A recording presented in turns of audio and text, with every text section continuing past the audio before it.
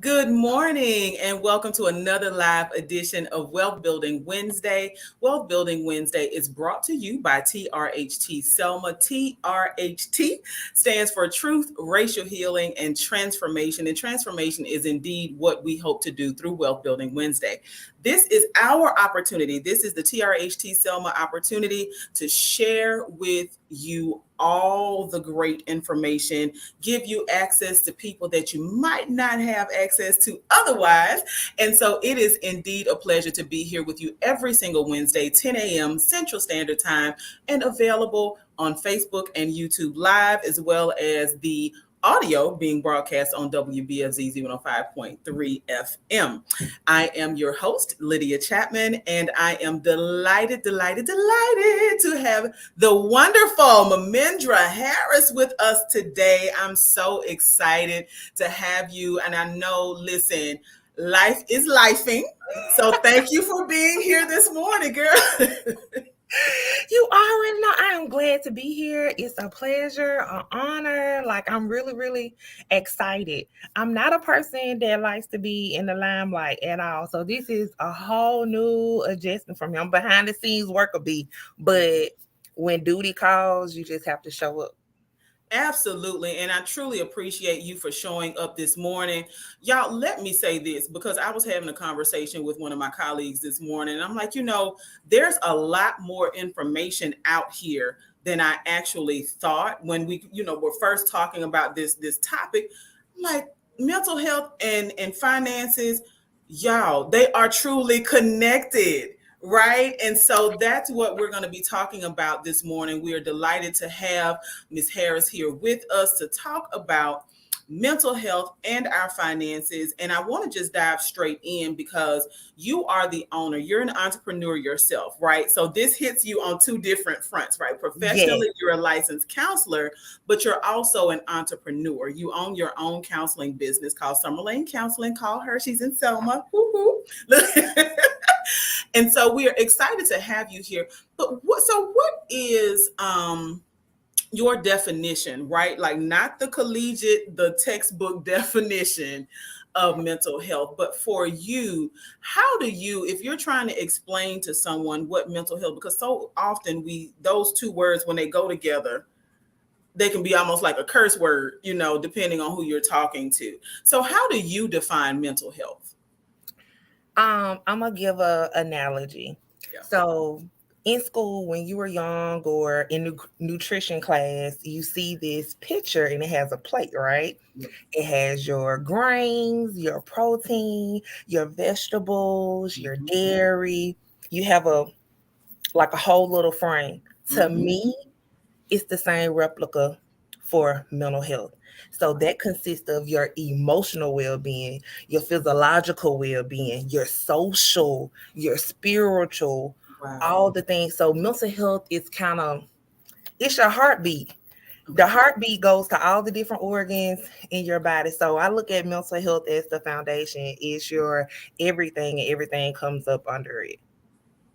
Well, I love analogies. It really, when you paint a picture for folks, because a lot of us are not just auditory, but we are visual learners. And so when you attach that visual for us, it helps us to see that, my mental health is a lot of who I am. Like you said, it's the heartbeat. Because who we are socially, who we are spiritually, what we're connected to, who we serve, right? That's an absolute, and that's a part of what we don't consider. A lot of us don't consider a part of our mental health. But now I initially mentioned the fact that you're an entrepreneur yourself, right?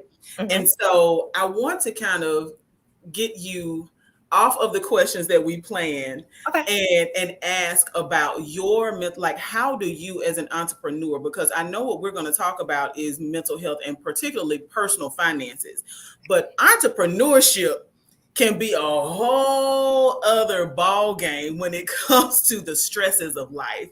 So what are some of the things that you've noticed about yourself since you've entered entrepreneurship that you've had to do in order to maintain your mental health? To be honest, I can't even mask my flaws. Being Okay. an entrepreneur, it brings out the good, bad, and ugly. It brings Yeah. out all of your weaknesses. And it's kind of like, yes, girl, you've been on the other side teaching this stuff, but you got to walk your walk. Yeah. You got to do what you've been preaching. So it's a fact of transparency as I became Mm.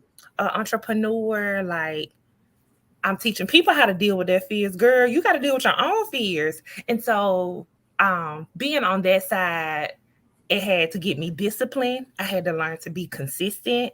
I had to change some bad habits, even, financial wise, how I spent things, um, looking at a budget to see how can I move forward? What's a time frame to move forward? Do I have the funds? Like, it's a Mhm. whole mindset change again that's attached to my mental health, how I was physically, you just emotionally, as well as my financial habits that I had to learn or unlearn. Mm-hmm.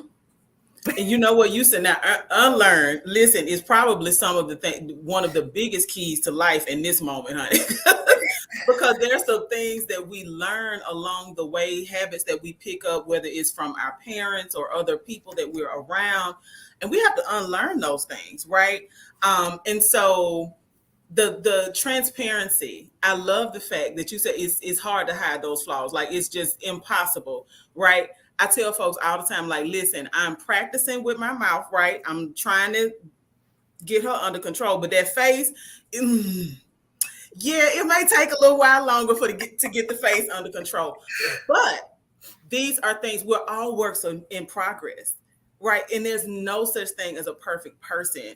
And so I want to ask you about mental health from the perspective of why it actually does matter. Like, how can poor mental health impact our lives? Like, what happens if we don't take care of our mental being?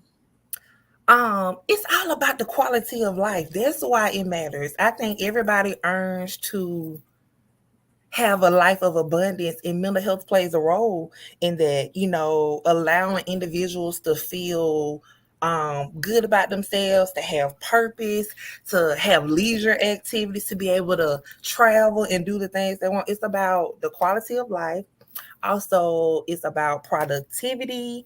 It's about relationships that you have. That's also a big part of it.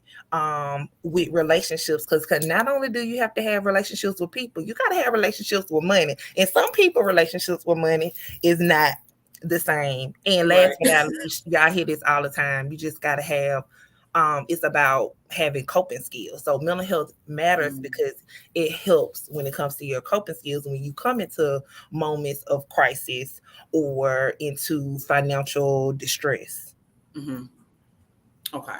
So now, from your experience, how can our finances impact our mental health? It makes us make crazy decisions. It messes with our mood.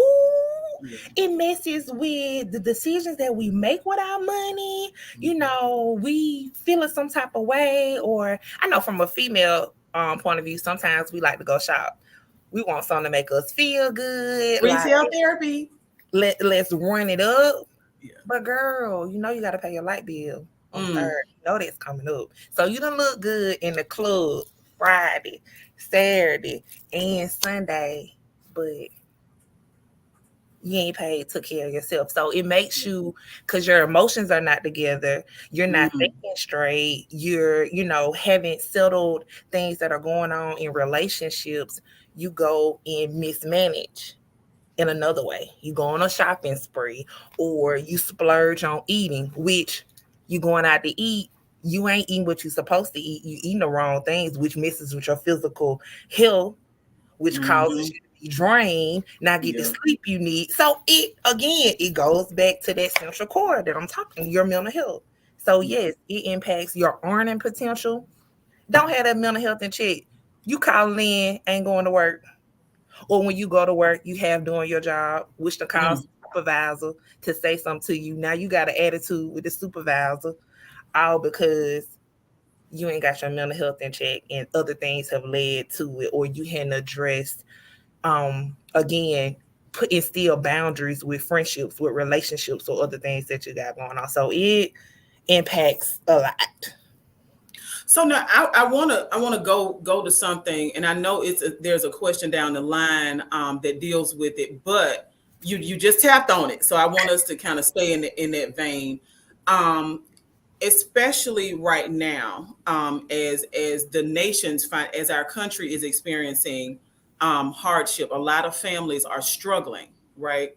One of the things that I have really heard a lot of employers in and around our community talk about, and even visitors to our community working with the Tourism Roundtable, hearing folks talk about poor customer service, right? And what there was a conversation I had about 2 weeks ago, and I shared with the woman I was talking to. I said, well, I hear what the complaint is, and this was in relation to people not quote unquote wanting to work, right? I'm like, I hear what the complaint is. However, I think at some point employers also have to take some ownership, right? Because if the work environment is toxic, right? If folks, are highly skilled, highly talented, but they have to come in and people are being having messy conversations, right? People are doing are microaggressions, right? Having being basically bullying people at work or threatening people. Those are things that's actually what causes people to leave jobs more than pay. Mm-hmm. People literally, there have been surveys through the CDC and other organizations that literally point to people, and earning power is not the thing that they are looking at. It's the actual work environment.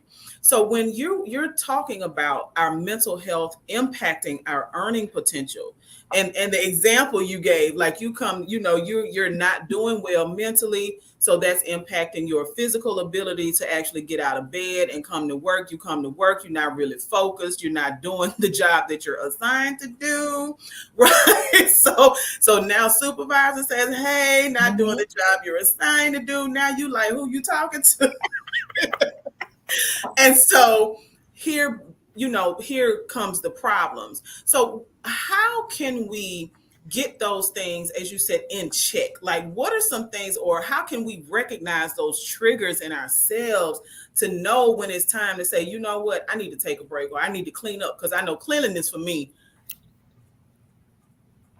yes, it's the thing, right? I want my desk clear. I got to have, now the only place I'm a little junk is my car. When I get a husband, hopefully my car won't be junk.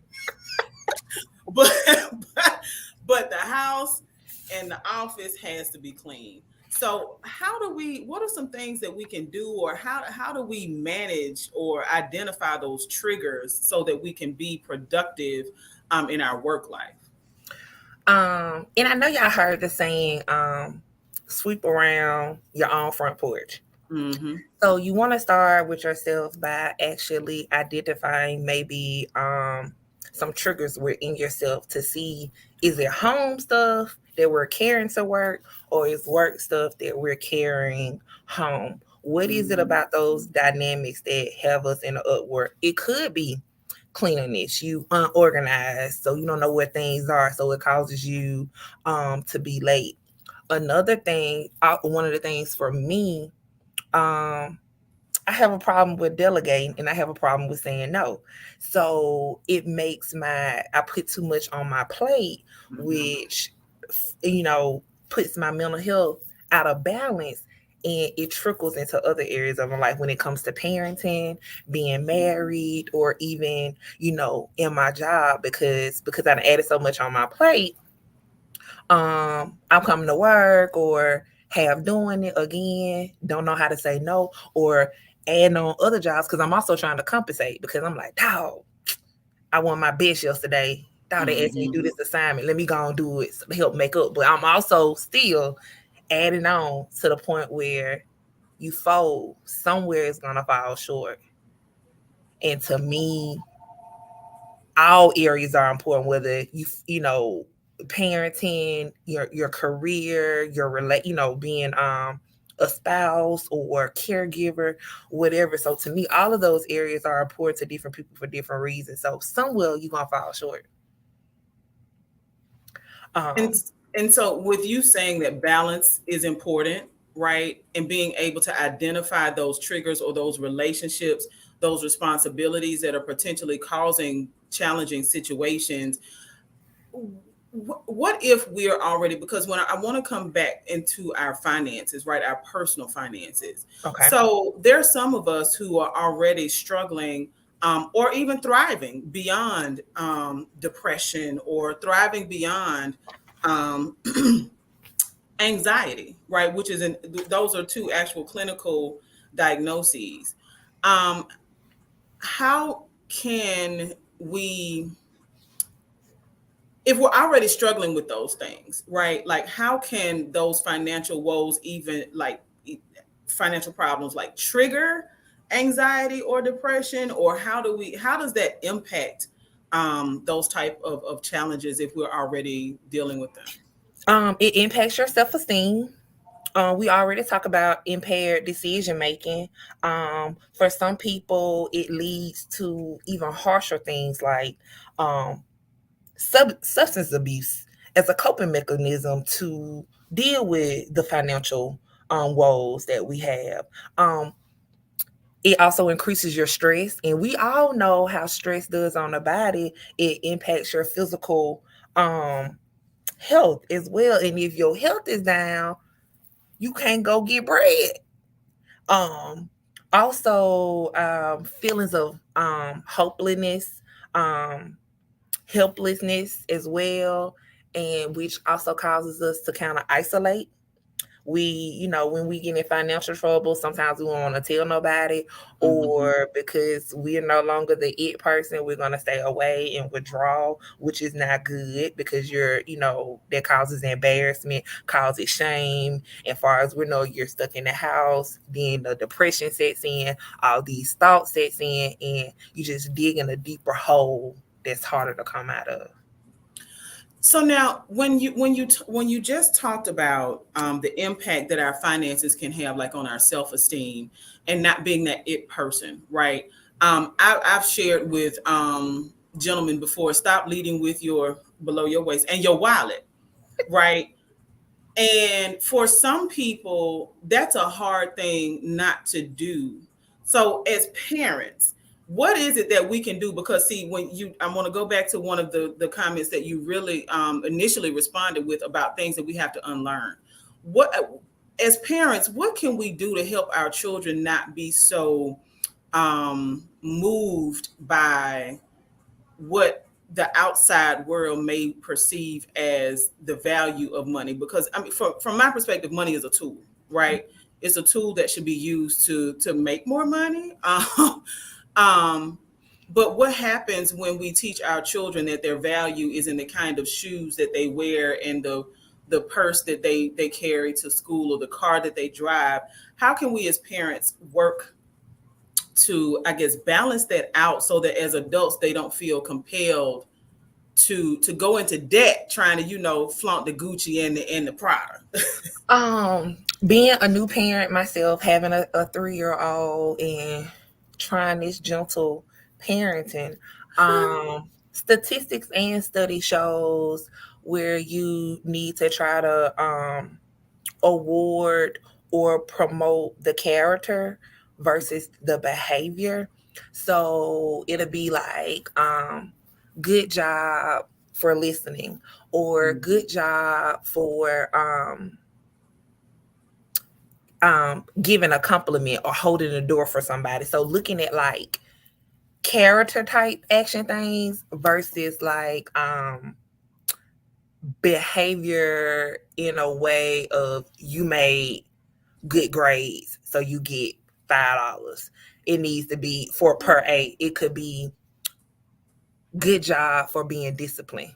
You came home every day without me having to tell you to read your book. You had integrity. Okay. Good job for being honest in this moment. I know you were, didn't want to tell mommy the truth, but you're being honest. So like characteristic type things that build a person that we look for, integrity, being honest, being noble, those type of things versus the behavior, type, if that makes sense.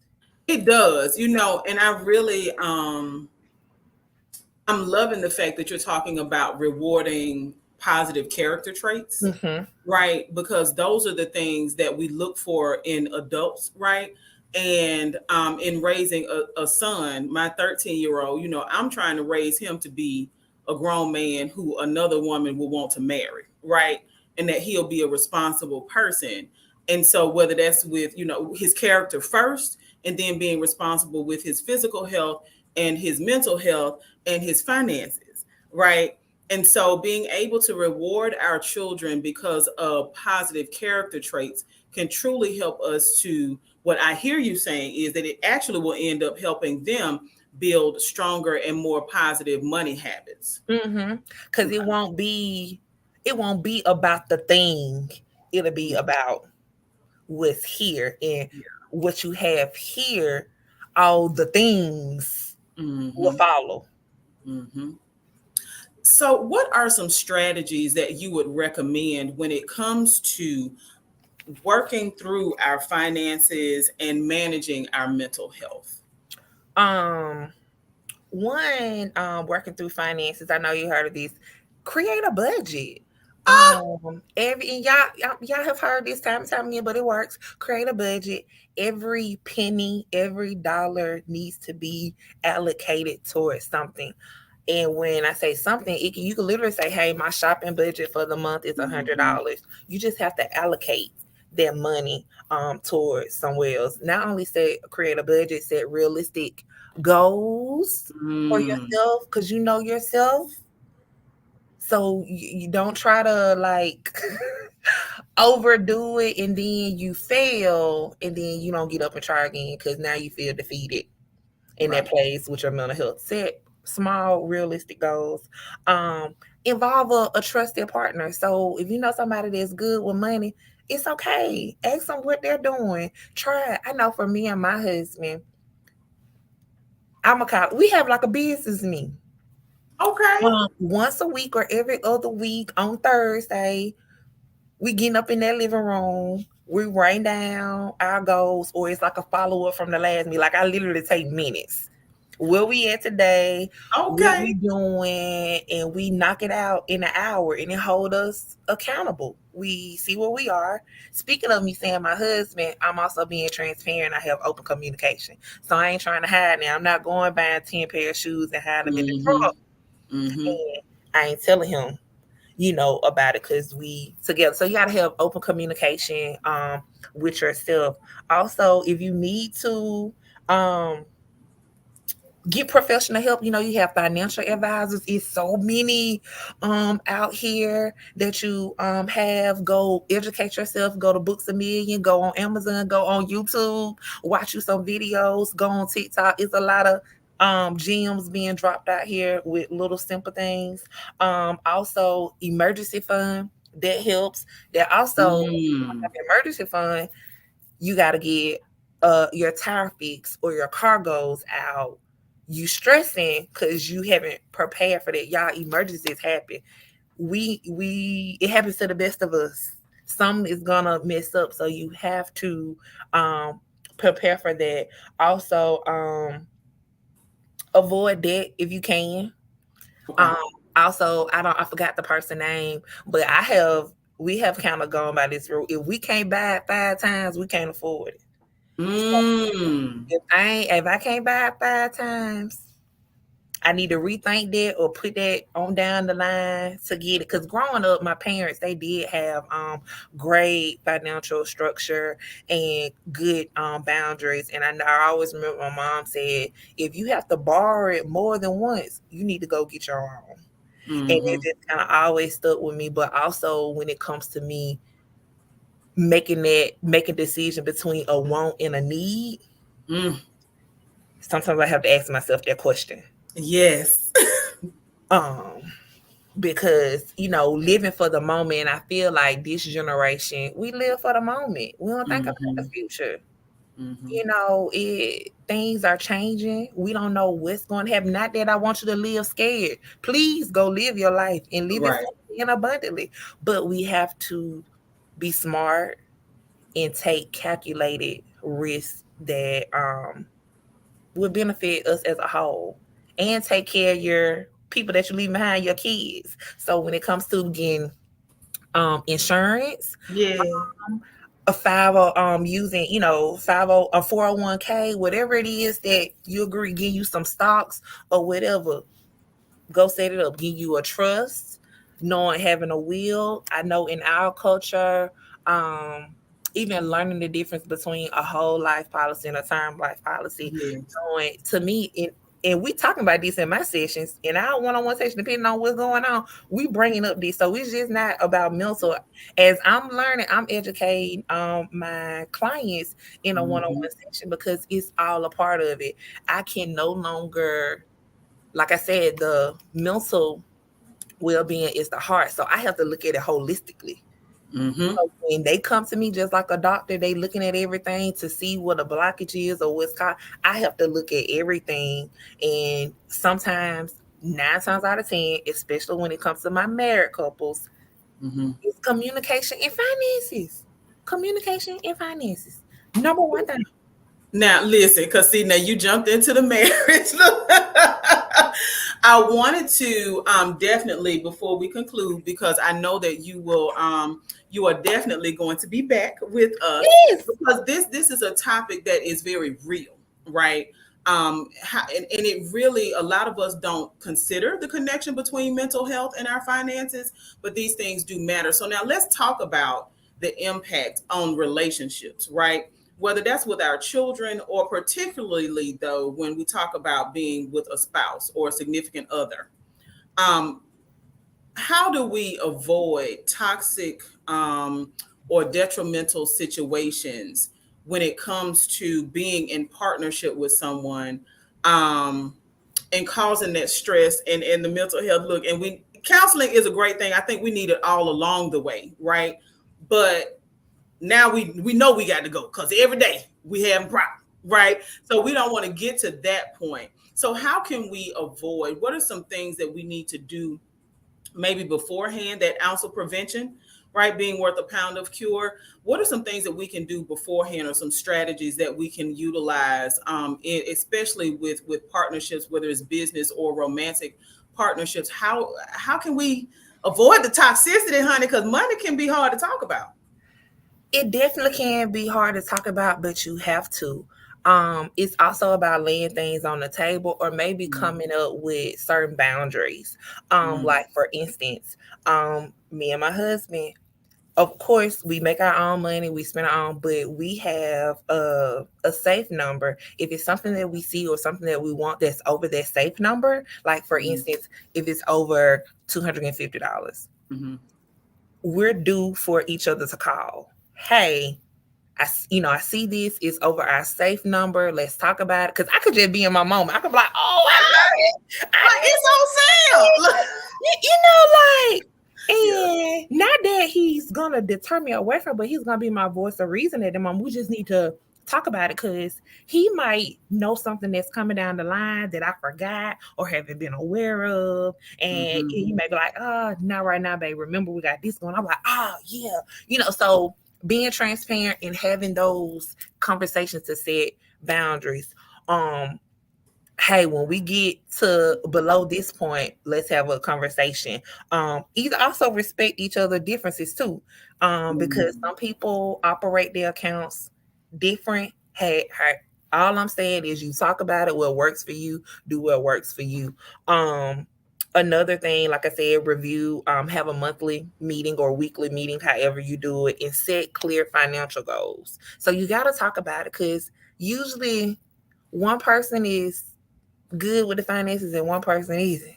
So somebody got to be able to reel the other person Mm-hmm. um in. So again, you got to be transparent, and I think that's where the trust starts. A lot of people have in relationships have probably been hurt um Mm. by people taking their money or going through a bad divorce. You want to keep everything separate and not talk about it, but you do at least need to talk about it because as you're trying to move forward and grow together, you just need to know what you're working with, period. You just need to know what you're working with. You need to know how the car drives before you get the car. Because we And don't to want be no limits, y'all. honest, We don't want no limits. We if we get a limit, we have to put out more money. right, correct. We don't want no limits. So you got to kind of get this information. And I know it can be uncomfortable, but I think as you build rapport with a person, they can see you being genuine, that you're not trying to do it to shame them or come up on them. I feel like people will be open to have that conversation and willing to make the changes that need to be made to be successful. Because again, I don't think nobody wake up and want to be broke. I don't think nobody wake up and be like, Right. I want to lose my house today. I want to lose my car. I don't think no Right. one does that. But Right. sometimes we have to learn to control our impulses, and we don't have the coping skills to do that. And so now this is, honey, you are dropping gems all throughout this conversation. So I'm excited to have you back. I have taken some notes. So if you are watching live and you just now tapping in and tuning in, honey, go back through because there are notes in the comments. Setting boundaries. I heard you say that setting boundaries is a critical aspect of making sure that we avoid toxic relationships when it comes to money, and making sure that with our partner, with that person that we consider to be our spouse, whether it's on paper or not, right? If y'all living together, like grandma used to say, shacking, and you sharing money, make sure you're scheduling meetings with that person, and setting clear financial goals. My question to you right now, as we get ready to close, girl, this 30 minutes flies by because we're having so much fun. Yes. I want to ask you about having these conversations prior to the commitment of marriage, because what I heard you saying near the end of your last response was talk to the people. You talk to the person. It can't just be like sex drive and like leading with sex and it's great, okay, and then now let's go get married. It's like, no, boo, I need to know a little something about you. Like, how much debt do you have? What is your credit score? Have you ever owned a home? What if you don't own it now? What happened? Do you own your own business? Is it profitable? All of these things. But when we lead with the physicality of it all, right, we may be physically attracted to that person, but are we attracted to the mental? So starting these money conversations, how early do we start them and how often do we have these conversations? I say start them as early as possible. Not only do I have these conversations with my husband, girl, I have these conversations with my homegirls, my friends. Yes. We talking Yep. about how to make each other better. Like if they Mm-hmm. come across certain things, we sharing it in a group. It's just about being informed, again, trying to make that generational wealth where we cover a multitude. Mm-hmm. Our parents, yeah, have done good, but it's too much stuff out here now that we have resources and access to keep operating how we've been operating. Yeah. Like, so I say start it as early as possible, asking the questions. No question is dumb. Like if you don't know, ask. Celebrate, your small wins that you have. If you say, man, I was able to save an extra $100 today, girl, sir, I'm rooting for you. Yeah. I'm proud of you. And we also gotta stop. We gotta avoid comparison. And I know like Mm. social media, um, it plays with our mental because we see things, and we try to again overcompensate or try to keep up with the Joneses, and that's not how you do it. We in the long game, not the short game. So we looking at the long game. I'll count my. I'm gonna have to email you or send you the name, but it's a YouTube video. I'm gonna send to Lydia for everyone to go and watch. But he talks about dreaming and wanting more, to Mm, list 50 things that you want with no limitations, no financial limitations, no anything. And you'll be amazed how much you can grow. And when I first did it, I couldn't even come up with 50 things because I was just stuck in this little box of yeah, what I can do. Um, and that did something to me.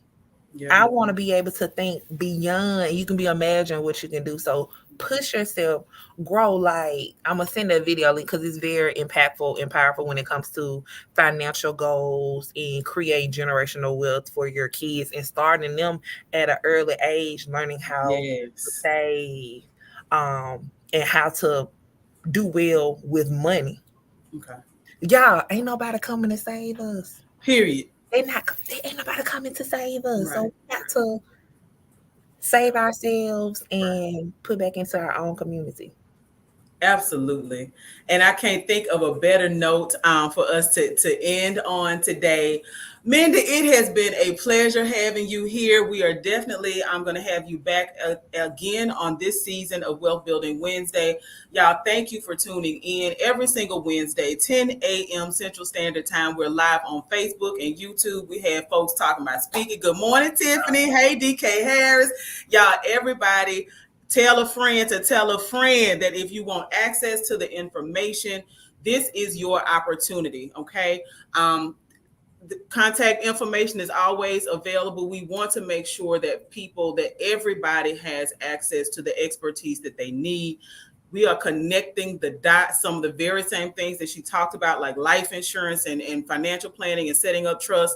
Those are topics on Wealth Building Wednesday, and we'll have a guest for each of those, or several guests, as a matter of fact, for each of those. So again, we want to welcome you to Wealth Building Wednesday. Thank you so much, Mindy, for being here with us. Mrs. Harris, we will have you back, honey, again and Yes, again, yes, right yes. here on Wealth Building Wednesday. Y'all, again, tell a friend to tell a friend, and you better share this video because you're watching, you learned something. You better share this video. Okay. And Yes. we'll see you all next Wednesday. Bye, y'all.